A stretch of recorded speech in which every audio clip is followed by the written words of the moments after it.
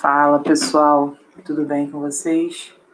Vou fazer uma gravação aqui dessa aula. Essa aula não tem grandes teorias, nada diferente do que vocês já tenham visto, mas ela é uma aula de resolução de exercícios de textos técnicos, tá? Então, eu vou gravar essa aulinha aqui para vocês assistirem, porque o que ocorre, na verdade, no texto técnico a gente tem algumas formulações específicas, né? A gente tem alguns tipos de texto que não levam em conta a questão da pessoalidade. Então, no geral, são textos impessoais, são textos que não têm fundo literário, não pretendem mexer com emoções, pretendem mais passar informações, estabelecer ali regras de algum tipo de estabelecimento. Atas de reunião, por exemplo, são textos técnicos, requerimentos, currículo. Então, esses tipos de textos são textos que têm esse viés mais impessoal, tá? Então, eu escolhi aqui um trecho do Código de Defesa do Consumidor, tá? Para a gente ler e aí fazer exercícios a respeito. Vocês vão reparar que os exercícios, eles são exercícios de interpretação a partir de textos técnicos, tá? Então, na verdade, não é para você decorar, eu tenho que saber a estrutura de um trecho do Código de Defesa do Consumidor. Não, você não precisa, tá? No seu caso do vestibular, você não vai ser solicitado nesse sentido, tá? Mas a interpretação, ela é uma necessidade sua, você sabe disso. Então, ela pode ser a partir de qualquer texto. Nós já vimos interpretação a partir de textos ambíguos, a partir de textos em prosa, a partir de textos em verso, né? Então, temos aí toda a sorte de textos. Agora, é só a gente resolver as questões a respeito do que a gente vai ver aqui, tá? Então, artigo 6º são direitos básicos do consumidor. 1. A proteção da vida, saúde e segurança contra os riscos provocados por práticas no fornecimento de produtos e serviços considerados perigosos ou nocivos. 2. A educação e divulgação sobre o consumo adequado dos produtos e serviços, asseguradas a liberdade de escolha e a igualdade nas contratações. 3. A informação adequada e clara sobre os diferentes produtos e serviços, com especificação correta de quantidade, características, composição, qualidade, tributos, incidentes e preço, bem como sobre os riscos que apresentem. 4. A proteção contra a publicidade enganosa e abusiva, métodos comerciais coercitivos ou desleais, bem como contra práticas e cláusulas abusivas ou impostas no fornecimento de produtos e serviços. A modificação 5º, a modificação das cláusulas contratuais que estabeleçam prestações desproporcionais ou sua revisão em razão de fatos supervenientes que as tornem excessivamente onerosas. 6º, a efetiva prevenção e reparação de danos patrimoniais e morais, individuais, coletivos e difusos. 7º, o acesso aos órgãos judiciários e administrativos com vistas à prevenção ou reparação de danos patrimoniais e morais, individuais, coletivos ou difusos, assegurada a proteção jurídica, administrativa e técnica aos necessitados. 8. A facilitação da defesa dos seus direitos, inclusive com a inversão do ônus da prova a seu favor no processo civil, quando a critério do juiz for verossímil a alegação ou quando for ele hipossuficiente, segundo as regras ordinárias de experiências. 9º, a adequada e eficaz prestação dos serviços públicos em geral. Artigo 7º. Os direitos previstos nesse Código não excluem outros decorrentes de tratados ou convenções internacionais de que o Brasil seja signatário, da legislação interna ordinária, de regulamentos expedidos pelas autoridades administrativas competentes, bem como dos que derivem dos princípios gerais do direito, analogia, costumes e equidade. Parágrafo único. Tendo mais de um autor a ofensa, todos responderão solidariamente pela reparação dos danos previstos nas normas de consumo. Esse texto está disponível em planalto.gov.br. Vamos lá então, pessoal. A leitura do trecho do código permite concluir que os direitos básicos do consumidor no Brasil se aplicam. Aí o que você está vendo, na verdade? Você está vendo alguma teoria sobre o texto técnico?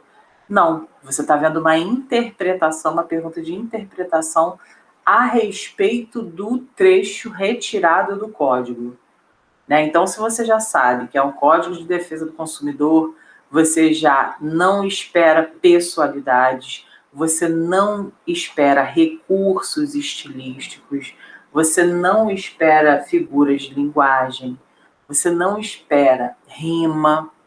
Então, para a gente é importante lembrar disso, tá? Porque é isso que vai fazer com que a gente possa acertar as questões de texto técnico no vestibular. Tá bom? Então vamos lá, pessoal. A leitura do trecho do código permite concluir que os direitos básicos do consumidor no Brasil se aplicam, letra A, a produtos ou serviços de qualquer tipo e origem. Letra B, apenas a produtos perecíveis nacionais ou importados. Letra C, apenas a aparelhos e utensílios produzidos no país. Letra D, somente a produtos importados de países desenvolvidos. E letra E, exclusivamente a serviços prestados por empresas nacionais.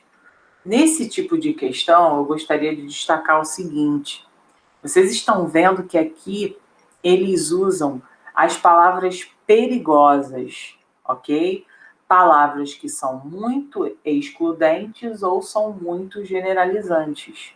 No caso aqui, eles estão usando palavras, né, a banca usou palavras excludentes. Então, essa ideia aqui dos direitos básicos do consumidor no Brasil, essa ideia se aplica apenas a produtos perecíveis nacionais ou importados, apenas a aparelhos e utensílios, somente, tá vendo?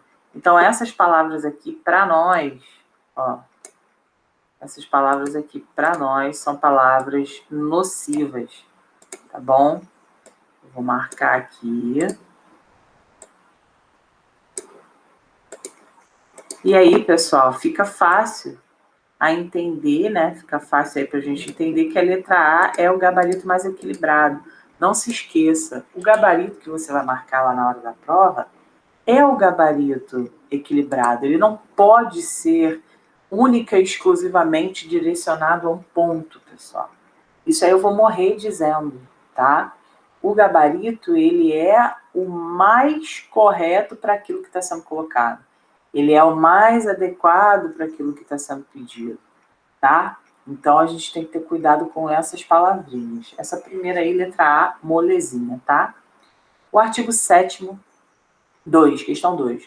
O artigo 7º esclarece que os direitos previstos no Código, ou seja, aí a gente volta para lá, porque ele está fechando, ele está focando aqui no artigo 7º, ok? E aí ele quer que a sua perspectiva de interpretação seja uma perspectiva reducionista, não mais olhar para todo o código, e sim apenas para o artigo 7º, ok? Vamos lá, ele fala o seguinte, o artigo 7º esclarece que os direitos previstos no código, letra A, não permitem que fornecedores internacionais de produtos e serviços sejam penalizados.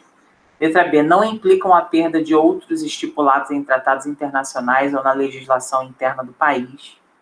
Letra C, perdem o efeito diante de leis ou tratados internacionais sobre consumo. Letra D, podem ser anulados a qualquer tempo por decisão unilateral do governo federal. Letra E, são válidos mesmo que infrinjam os princípios gerais que norteiam o direito. Essa você já olha e você fala assim, cara, não tem como, né? Como assim? São válidos mesmo que infringam os princípios gerais? Isso aqui está absolutamente desrespeitando a própria lei, não tem como, né? Aqui se fala, podem ser anulados a qualquer tempo, né? Virou zona isso, tá? E aí nós temos o artigo 7º, vamos voltar lá.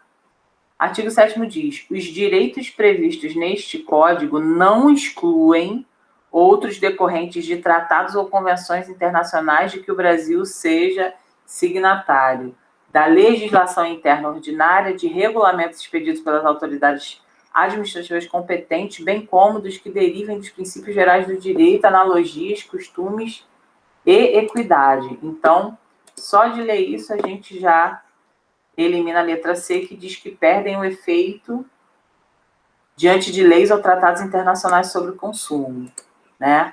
Aí nós estamos entre letra A, não permitem que fornecedores internacionais sejam penalizados, e letra B, não implicam a perda de outros estipulados em tratados internacionais. E aí a gente viu que essa A pode ir embora, porque essa ideia de que ele diz que os fornecedores não podem ser penalizados é mentira, né? A B aqui encaixa para a gente porque ela diz que não implicam a perda de outros estipulados em tratados internacionais ou na legislação interna do país. Então, dentro ou fora, a gente tem aí no artigo 7º uma garantia dos direitos, tá bom? Vamos para 3. De acordo com o inciso 5º, então, ó, vamos lá.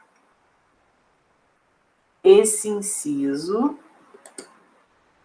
de número 5 diz o seguinte: a modificação das cláusulas contratuais que estabeleçam prestações desproporcionais, deixa eu dar um zoom aqui para ficar melhor. A modificação das cláusulas contratuais que estabeleçam prestações desproporcionais ou sua revisão em razão dos fatos supervenientes que as tornem excessivamente onerosas. Então, vamos lá. De acordo com esse inciso, assegura-se ao consumidor a revisão de dispositivos contratuais que venham a tornar as prestações muito elevadas. Letra B. Toda e qualquer cláusula contratual poderá ser revista a qualquer momento. Veja como essa letra B é generalizante, pessoal. A gente já corta sem medo de ser feliz, tá bom? Vamos lá. C. Assegura-se ao fornecedor o direito de cancelar a venda de produtos e serviços em razão do aumento de seus custos. Letra D. Garante-se ao fornecedor dos produtos e serviços, caso julgue necessário, o direito de rever o valor das prestações. Toda e qualquer cláusula contratual apenas poderá ser revista com o consentimento do fornecedor dos produtos e serviços.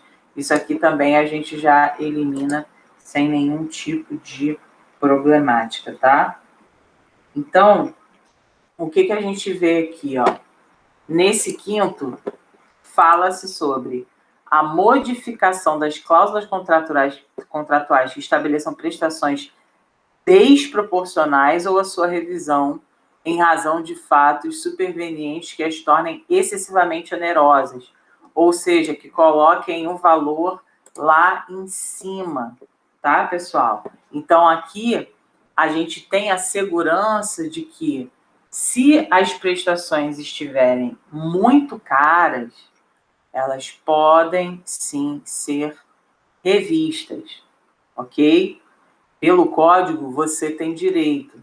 Então, aqui se fala o seguinte: assegura-se ao fornecedor o direito de cancelar a venda em razão do aumento dos seus custos. Não, a gente não está falando do fornecedor. Nosso foco é o consumidor. Por isso, a gente já elimina aqui a letra D e fica com a letra A. É a mais equilibrada e foca justamente, se o código é de defesa do consumidor, adivinha só, é para o consumidor e está assegurada a revisão. Tá ok? Então, vamos de letra A de amor. Aqui nós temos um outro tipo de texto, né? É um texto com o qual a gente está mais acostumado, é um texto que provavelmente vocês vão encontrar na prova, ok?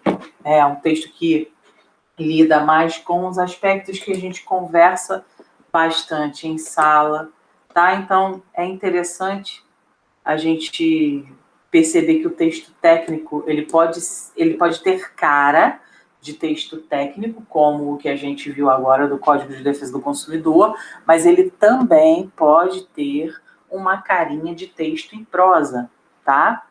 Basta que a gente leia com tranquilidade e responda ao que o gabarito tá, ao que a banca está pedindo, tá bom?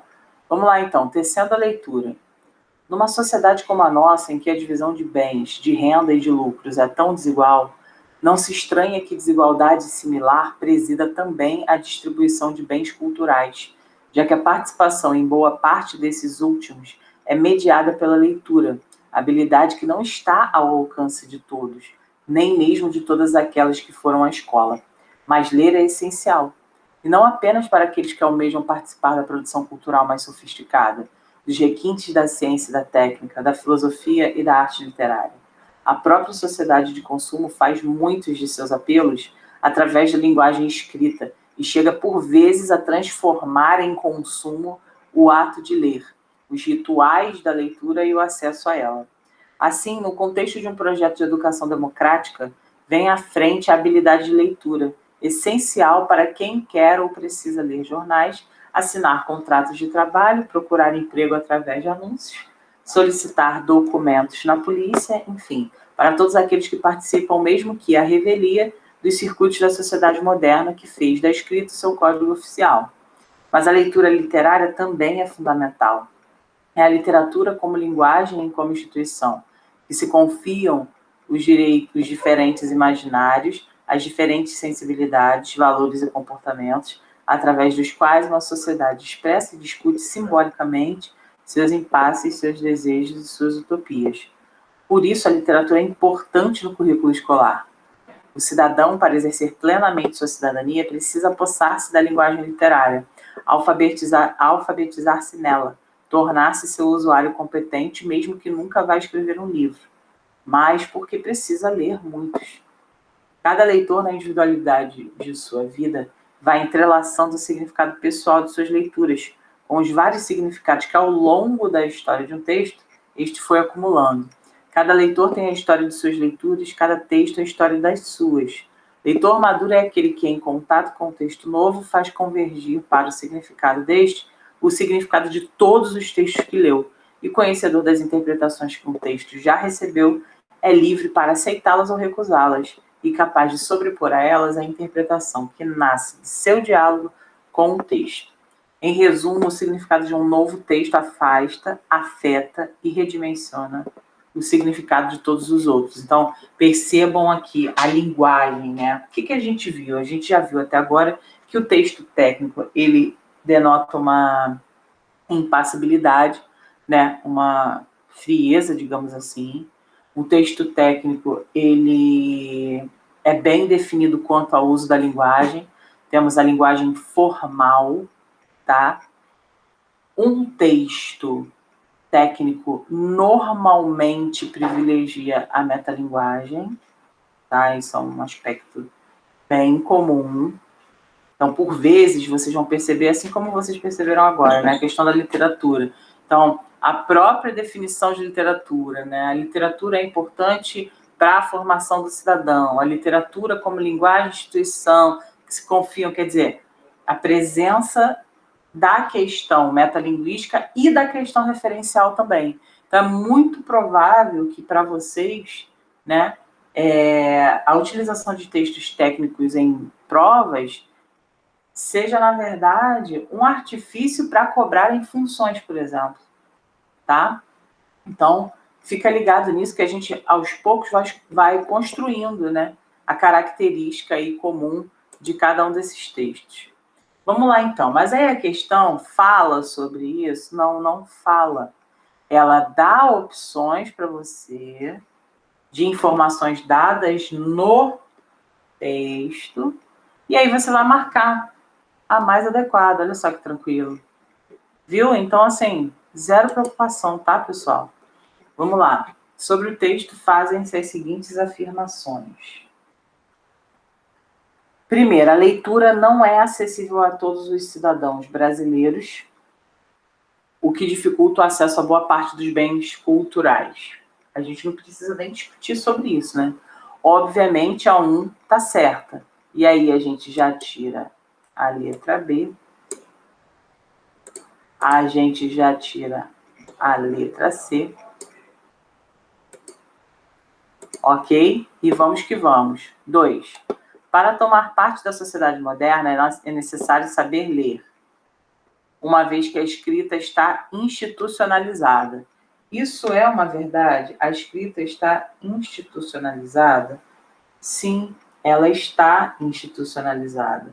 Então, não tem como hoje uma pessoa que quer, né, ter acesso à leitura, que quer fazer aí a sua inclusão dentro da sociedade, não se preocupar com esse tipo de questão, tá? Então, a questão de se tornar essencial, né? E ela até comenta isso no texto, né? Que a leitura é essencial para quem quer ou precisa ler jornal, assinar contrato. Cadê? Agora eu não sei se eu vou achar. Mas ela fala isso, então é extremamente importante, não tem como você deixar de ter contato. Acho que é no terceiro, ó. E não apenas para aqueles que almejam participar da produção cultural, dos requintes da ciência, da filosofia e da arte. A própria sociedade de consumo faz muitos de seus apelos através da linguagem escrita e chega por vezes a transformar o consumo em ato de ler, os rituais da leitura e o acesso a ela. Assim, no contexto de um projeto de educação democrática, vem à frente a habilidade de leitura essencial para quem quer ou precisa ler jornais, assinar contratos, ou seja, essencial para viver, né, pessoal? Então, a 2 também está certa. Isso me diz que a A pode ir embora e que, na verdade, a D também. Então, ó, chegamos fácil aqui. Letra E. Vamos só ler a 3. Ó. A literatura é uma forma de o ser humano expressar simbolicamente seus sentimentos, seus valores, etc., o que faz com que, por meio de seu ensino e aprendizado na escola, o cidadão exerça de modo mais pleno a cidadania. Nenhuma dúvida disso, tá? Vamos para 5. Com base no texto, considere verdadeiras ou falsas as afirmações que seguem. O leitor competente é capaz de relacionar os textos que lê uns com os outros, ao lhes conferir significado. Verdadeiro ou falso? Verdadeiro, né? O leitor competente, ou seja, aquele cara que tem a competência da leitura, relaciona os textos que já leu na vida uns aos outros. É o que a gente busca fazer, por exemplo, na redação, né? Criar essas referências, essas intertextualidades para atribuir ao nosso texto uma nota super alta, tá? Então, já vou cortar aqui a letra B. E vou cortar aqui D e E. Olha só que delícia, gente. Quando acontece isso, é o melhor dos mundos, né? Essa próxima já vai nos dizer a resposta, né, pessoal? Vamos lá. Cada texto vem carregado dos significados que lhe foram atribuídos ao longo da história. Sim ou sim? Óbvio, né? Então, letra A, nosso gabarito. Viu, gente? Nem é uma problemática a questão do texto técnico. Pode ser o texto que for. O importante é você saber ler, saber perceber que esses textos, ninguém vai exigir nada, é a estruturação. Não, esquece. O cara quer, na realidade, uma perguntinha de interpretação clássica, tá bom? Esse tipo de questão a gente não pode errar, né, pessoal? Porque ninguém vai errar, tá? Vamos então para o nosso último, na verdade, tá? Que eu separei aqui para a gente conversar sobre. Vou só diminuir aqui, botar 14 para poder caber tudinho. Vamos lá. Nunca esteve tão bom para nós, mulheres. Nem tão difícil. Os salários não são iguais, as creches continuam insuficientes. O sexo é uma confusão total entre o agir e o sentir. O trabalho é complicadíssimo em termos psíquicos para a mulher. Fonte de culpa e medos. Nunca foi tão difícil. Muito está colocado, mas tudo está por fazer. Esta é uma hora para se deparar e pensar. Pensar pelo que brigamos até agora, o que conseguimos, onde fomos usados pelo sistema, o que deu errado, o que fazer de agora em diante. sinto que existe todo um trabalho a ser feito de conscientização feminina, pois o que se passa no Piauí não é o mesmo das grandes capitais, já que as lutas não serão primordialmente mais no nível do queremos, exigimos das passeatas, mas da prática do obter e do ser. É uma luta mais intimista de um lado, fora dos jornais, mais difusa na realidade. A luta de base de formiguinha, onde o confrontamento não será mais com a polícia e o governo somente, mas basicamente com os companheiros de trabalho, amigos e marido. Pesado, né? Reflexões sobre o cotidiano da Marta Suplicy.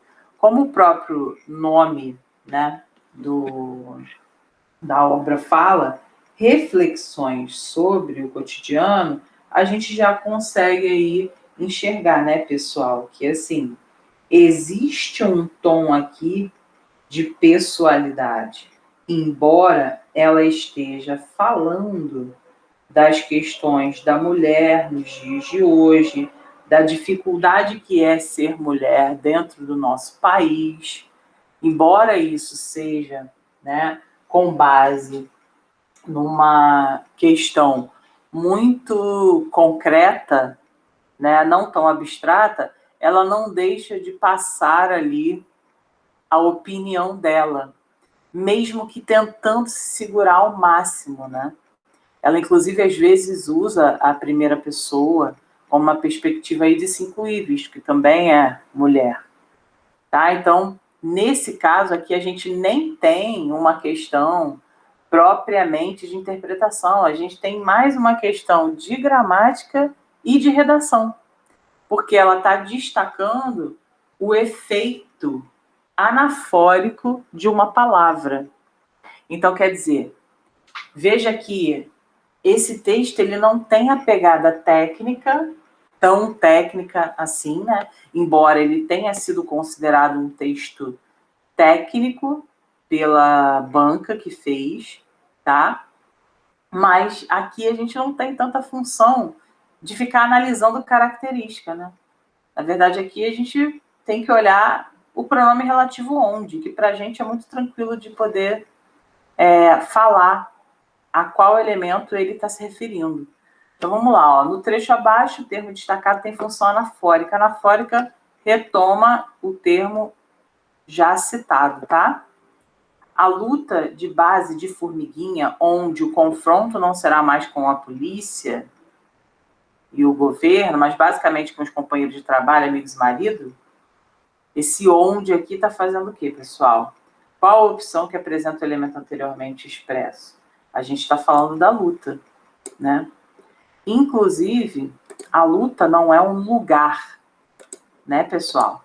Esse onde aqui tem um quê de licença poética, porque para nós estudamos gramática, nós sabemos que o onde é um pronome relativo, que é anafórico sim, mas que tem justamente a pegada de ser um elemento que retoma um termo anterior, mas um termo que indique local físico, entende?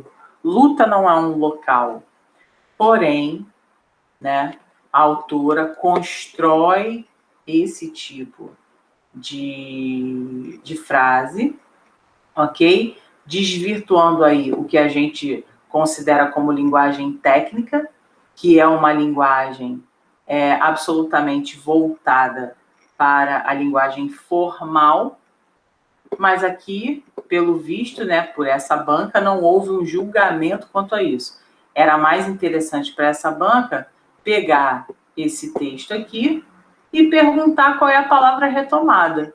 Mas aqui não exploramos nenhum viés técnico. Apesar de o assunto ser técnico, não é um assunto pessoal. Estamos falando aqui da questão de gênero, tá? O assunto é técnico, mas a abordagem não foi.